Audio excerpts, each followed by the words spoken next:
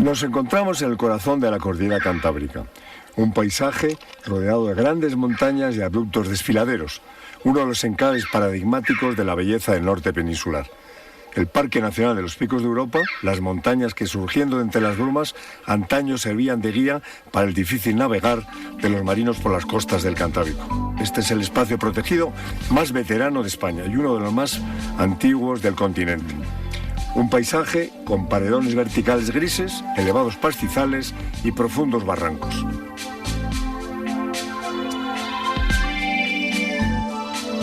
El origen del actual Parque Nacional de los Picos de Europa se encuentra aquí, en la montaña de Covadonga. Después de conocer las experiencias que en materia de parques nacionales estaban realizando en Norteamérica, Pedro Pidal, marqués de Villaviciosa, atrapado por la belleza y la magia de estas montañas, consiguió convertir una parte de su agreste paisaje en el primer espacio protegido de nuestro país. Corría el año de 1918 y había nacido el Parque Nacional de la Montaña de Covadonga, predecesor del actual espacio protegido y embrión de la red de parques nacionales. Los Picos de Europa tienen un remoto origen marino, pues los materiales que componen estas montañas no son otra cosa que sedimentos acumulados en el fondo del mar. De aquellos fangos marinos surgieron las actuales calizas, que posteriores plegamientos de la corteza terrestre elevaron y comprimieron hacia el mar Cantábrico. Los agentes erosivos perfilaron el escenario majestuoso que hoy contemplamos, con inmensos paredones y profundos desfiladeros que se precipitan hacia un océano apenas distante 20 kilómetros del corazón de las montañas. Es este un país de nieblas y agua, cuyas altas cimas se interponen en el camino de los frentes procedentes del mar. Las cargadas nubes se condensan en las laderas y descargan buena parte de su contenido antes de ser barridas por el viento hacia la meseta. Las sucesivas glaciaciones que dominaron nuestro continente durante el Cuaternario dejaron su marca en Picos de Europa.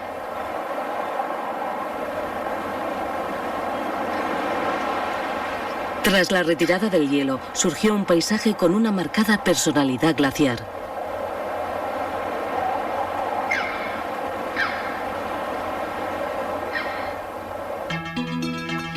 Sin embargo, debido a la naturaleza caliza del parque, una de las manifestaciones más distintivas del glaciarismo, los lagos, es escasa.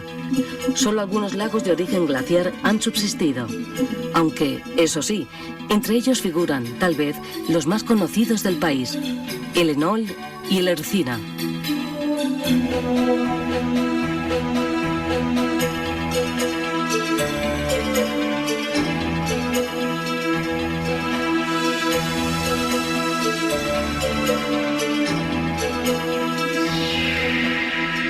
Para entender los fenómenos geológicos y climáticos que dieron lugar a los actuales picos de Europa, nada mejor que acercarse a las diferentes infraestructuras de uso público existentes en el espacio protegido.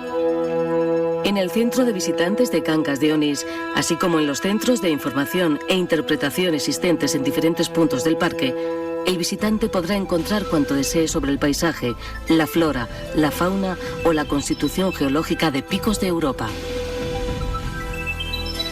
Sin duda, una visita obligada para quienes buscan saber algo más de estas magníficas montañas.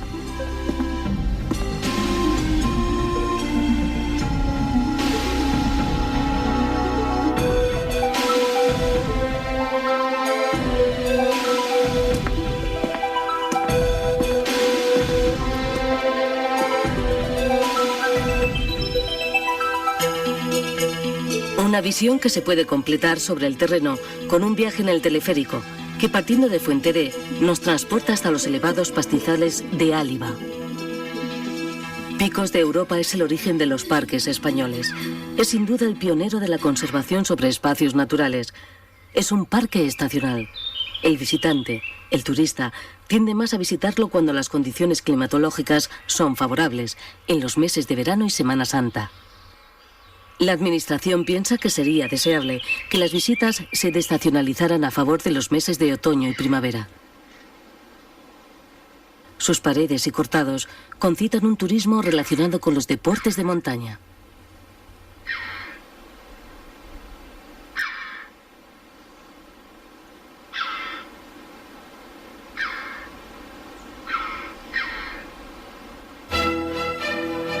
La primavera asciende lentamente por las empinadas laderas del parque.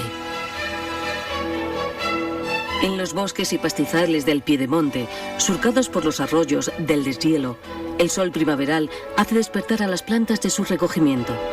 Violetas, aquileñas, lirios, brecinas, genistas ofrecen el fantástico cromatismo de sus flores.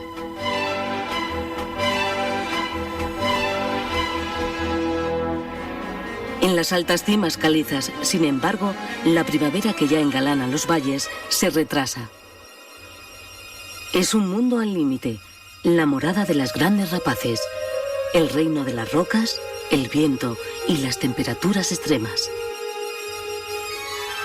Pero en este escenario para especialistas también llega inevitablemente el calor de la vida.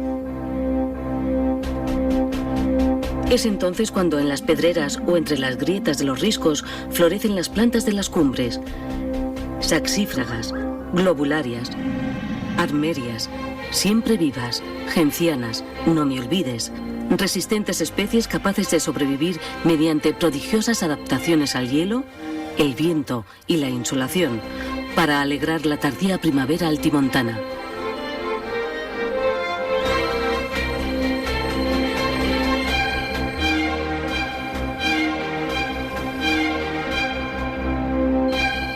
El exigente ambiente de las más altas cumbres no permite el asentamiento de muchas especies de vertebrados. Sin embargo, las crestas calizas de picos no son un desierto. Algunos reptiles, mamíferos y aves, como estos gorriones alpinos, han sido capaces de colonizar los hostiles neveros, pedregales y prados, en los que la productividad es escasa. En la corta estación favorable, las pequeñas aves montañesas se esfuerzan al máximo para alimentar a sus nidadas. Algunas, como los gorriones alpinos, procuran a sus hambrientos pollos una dieta mixta de invertebrados, brotes y semillas. En tanto que otras, como los acentores alpinos, son básicamente insectívoras, sobre todo durante la época de cría.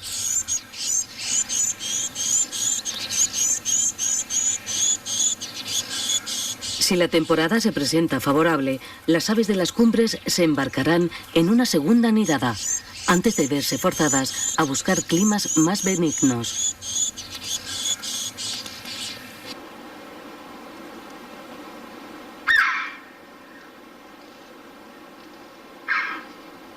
A casi 2.000 metros de altura nos encontramos con estas lagunas de origen glacial que parecen abandonadas, que no hay vida, pero sí, en su interior hay vida. Los tritones alpinos, una especie de anfibios digna de estudio. En efecto, los lagos de montaña son medios de aguas frías y pobres en nutrientes, en los que, sin embargo, convive una singular comunidad faunística, de la que son cualificados representantes varias especies de anfibios, como tritones palmeados y alpinos.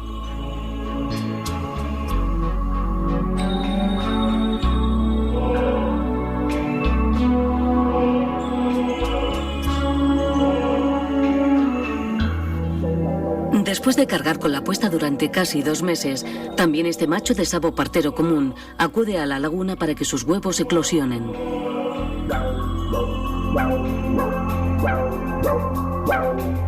Es un momento peligroso para las larvas, que pueden ser atacadas por numerosos enemigos, entre ellos los propios tritones.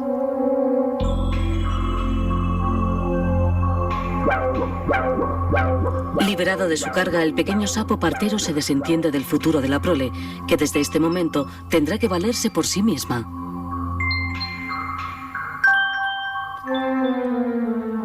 En unas aguas tan pobres en recursos como estas, nada se desperdicia, y los huevos ya eclosionados del sapo representan una atractiva fuente de recursos que pronto atraerá a los oportunistas.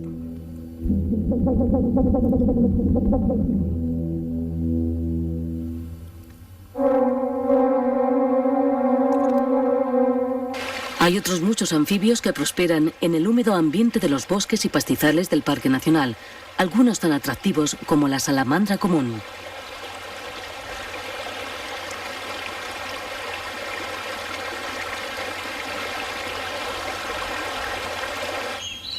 El conocimiento y control de la fauna, presente en picos de Europa, es uno de los aspectos destacados de la gestión que llevan a cabo el Ministerio de Medio Ambiente, la Comunidad Autónoma de Castilla y León, el Principado de Asturias y la Diputación Regional de Cantabria, en las que se encuentra situado el parque.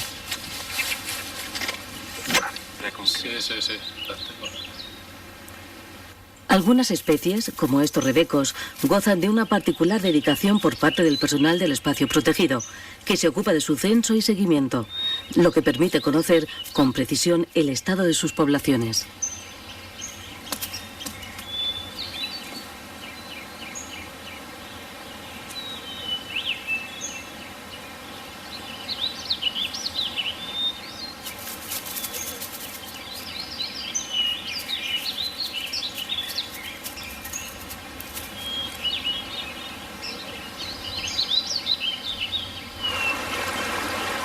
Una de las señas de identidad del paisaje de Picos son los profundos desfiladeros. Entre los más conocidos se cuentan el de Bellos, la India o el de la Ermida, pero sobre todo el del Cares, uno de los parajes más visitados del parque, que es conocido por su belleza y espectacularidad como la Garganta Divina.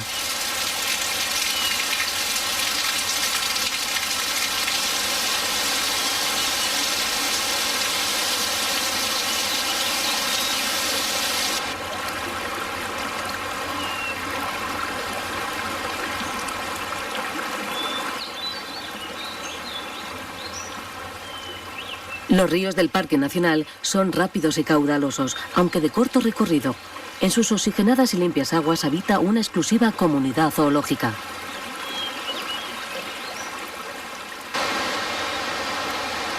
El mirlo acuático es un ave especializada en vivir en aguas rápidas y limpias, en las que se desenvuelve con gran soltura. Sus extraordinarias dotes de buceador le permiten acceder a las larvas de los pequeños invertebrados acuáticos que componen buena parte de su dieta.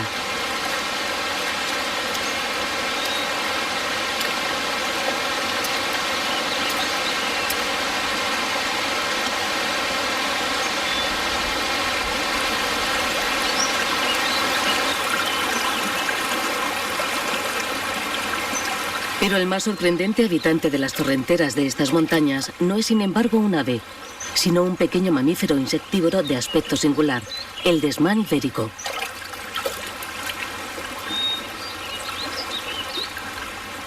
Este endemismo de nuestra península pertenece a la familia de los topos, pero a diferencia de estos, no excava largos túneles para buscar presas. El desmán desarrolla su actividad en el agua, donde se mueve como un consumado buceador. Como casi todos los insectívoros, este peculiar topo de río es una criatura muy activa, que precisa ingerir enormes cantidades de alimento para satisfacer su elevado metabolismo. Diferentes invertebrados acuáticos y algunos pequeños vertebrados constituyen la dieta de este cada día más escaso refugiado de los cauces bien conservados. Durante la primavera, los ríos descienden crecidos por las gargantas de Picos. Rabiones, cascadas y desniveles se convierten entonces en un rosario de obstáculos para unos visitantes recién llegados del mar: los salmones. Estos formidables peces, que han crecido en las aguas saladas, acuden ahora a completar su ciclo vital en los ríos en los que nacieron.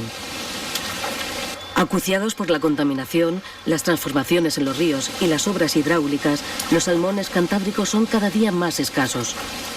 El Parque Nacional contribuye a las diferentes acciones emprendidas de cara a la recuperación de la especie mediante un programa de fertilización y suelta de ejemplares en estos antaño fecundos ríos salmoneros.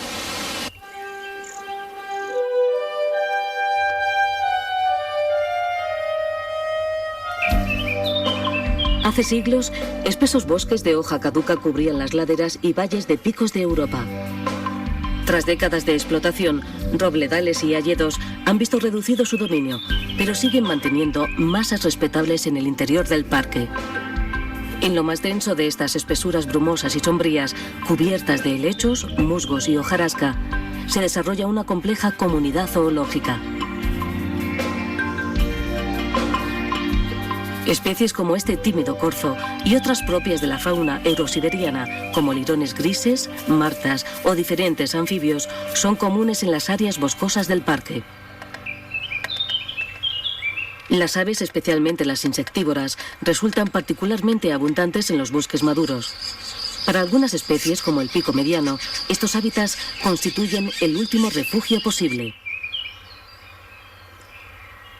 Aves activas e incansables, los pícidos son auténticos especialistas en explotar acrobáticamente la verticalidad de los troncos y ramas de los viejos árboles, en los que capturan infinidad de invertebrados, contribuyendo así a la salud de las masas forestales.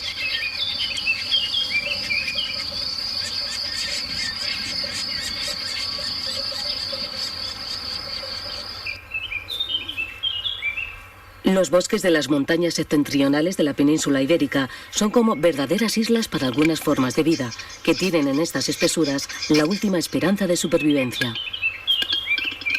Una de ellas es el urogallo, que aquí vemos ejecutando su espectacular y compleja parada nupcial.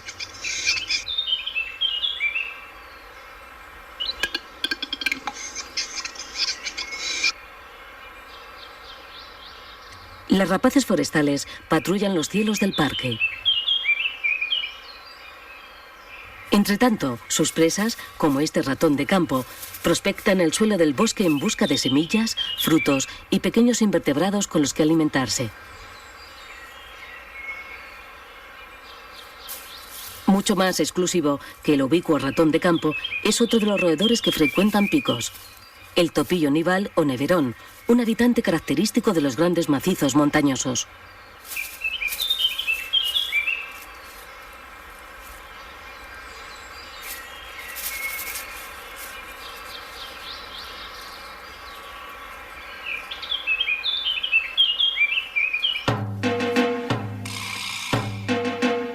La vida no siempre es fácil en las cumbres cantábricas. El terreno abrupto, el frío y la escasez de suelos desarrollados han impedido las prácticas agrícolas, reducidas aquí a producciones para el autoconsumo.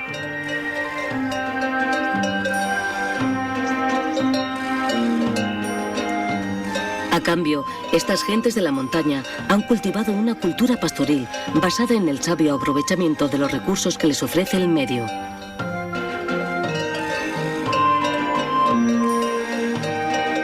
El ganadero local, que con su actividad ancestral es en buena medida el modelador del actual paisaje, sabe aprovechar la producción vegetal y practica todavía movimientos trashumantes entre los puertos y los valles, optimizando el uso de los pastos para sus vacas y ovejas.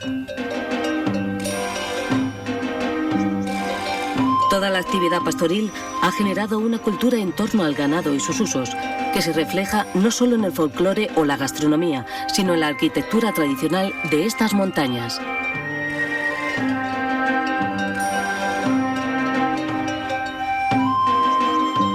El verano pasa pronto en los picos de Europa.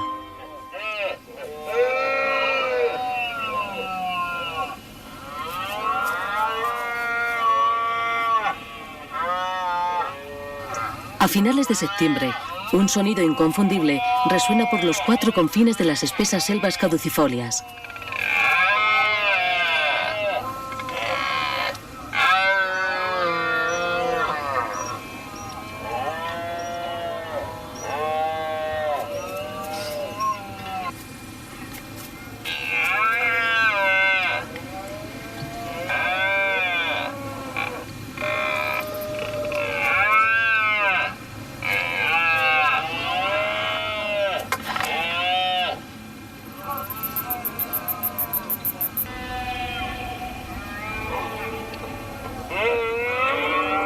Es la berrea del venado, el acontecimiento que, como cada temporada, deja las puertas abiertas a la inigualable otoñada de estas tierras, que pintará con todos los matices del amarillo, el rojo y el dorado los bosques del parque.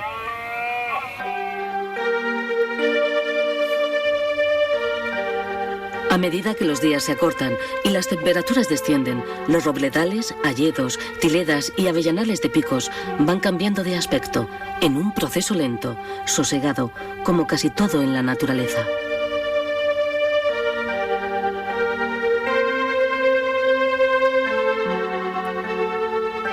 Los temporales y borrascas se suceden, dejando entre aguacero y aguacero cortas treguas que iluminan un paisaje indescriptible.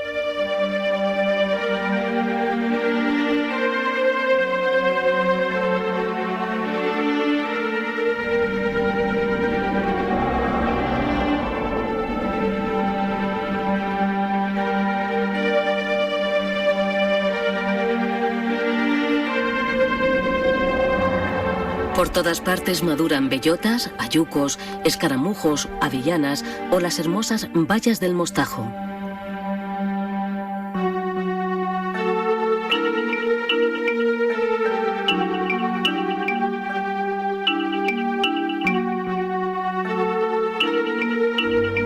Es la época de la gran cosecha en el Parque Nacional. Tiempo de abundancia, cielos grises y setas.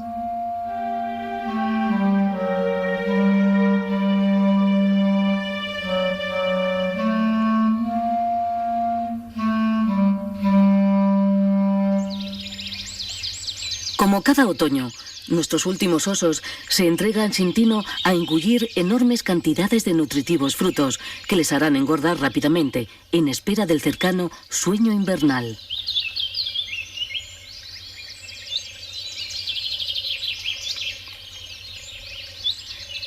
A medida que avanza la estación y el aire se hace más frío, la actividad de los osos se intensifica, pues en el aire vuelan ya los indicios que les hacen presagiar el momento de retirarse a la secreta osera.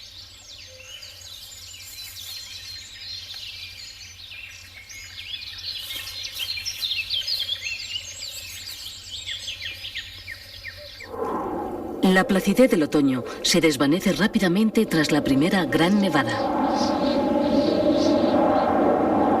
Pronto los árboles pierden sus últimas hojas y el paisaje de la montaña queda sumido en la soledad y el silencio.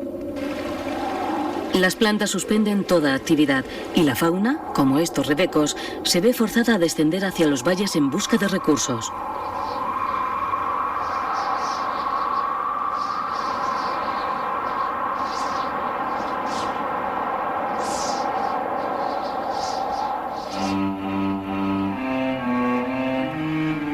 En las cumbres de picos se ha instalado el invierno.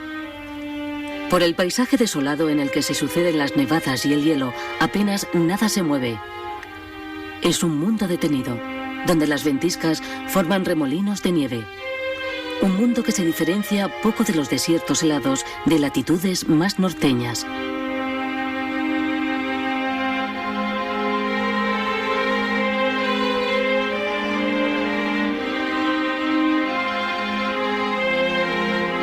Pero sin embargo, la vida, también la de los hombres, sigue latiendo en las montañas. Hola, niños. Como cada año durante el curso escolar, aún con el inconveniente de las nevadas y el frío, el personal del Parque Nacional acude a la cita con los habitantes más jóvenes de Picos para realizar junto a ellos actividades de educación ambiental. ¿Vosotros sabéis quiénes son los herbívoros? Sí, los corzos son más pequeños que los de venado. Mirad, los corzos y los venados y los ciervos están ramificados. Tienen, ¿veis? Ahí les salen pequeñas ramitas, como pequeñas ramitas.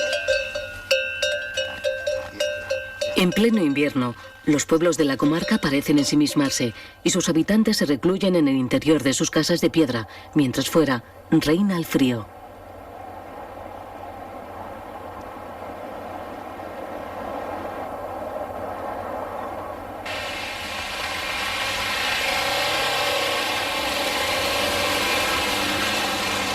La estación de las nieves marca el punto álgido en la biología de una de las criaturas más carismáticas en estas montañas. Uno de los últimos seres legendarios que perviven en el subconsciente colectivo de los europeos.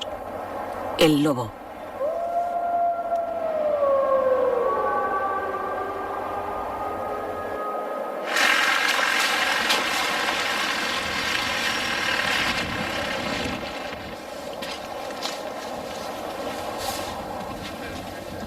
El Parque Nacional realiza un control permanente de este superpredador en el espacio protegido, intentando en todo momento garantizar la conservación de la especie, preservando a su vez los derechos de los ganaderos locales.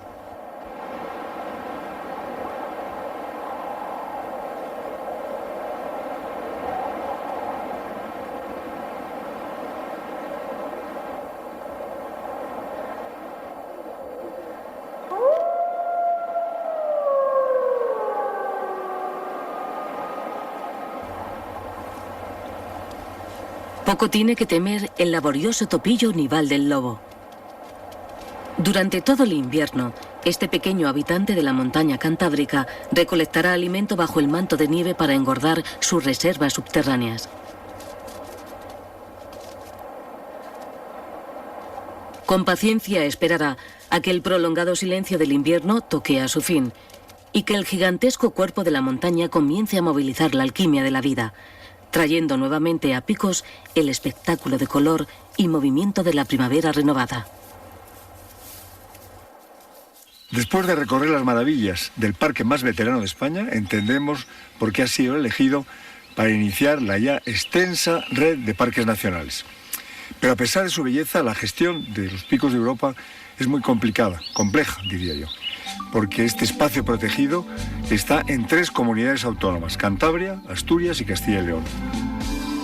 No obstante, el parque ha asumido el desafío de convertirse en el catalizador del desarrollo sostenible de esta región. Algo capaz de aunar todas las sensibilidades que despiertan esas remotas cumbres, los verdes prados y las laderas impregnadas por el misterio del orvallo.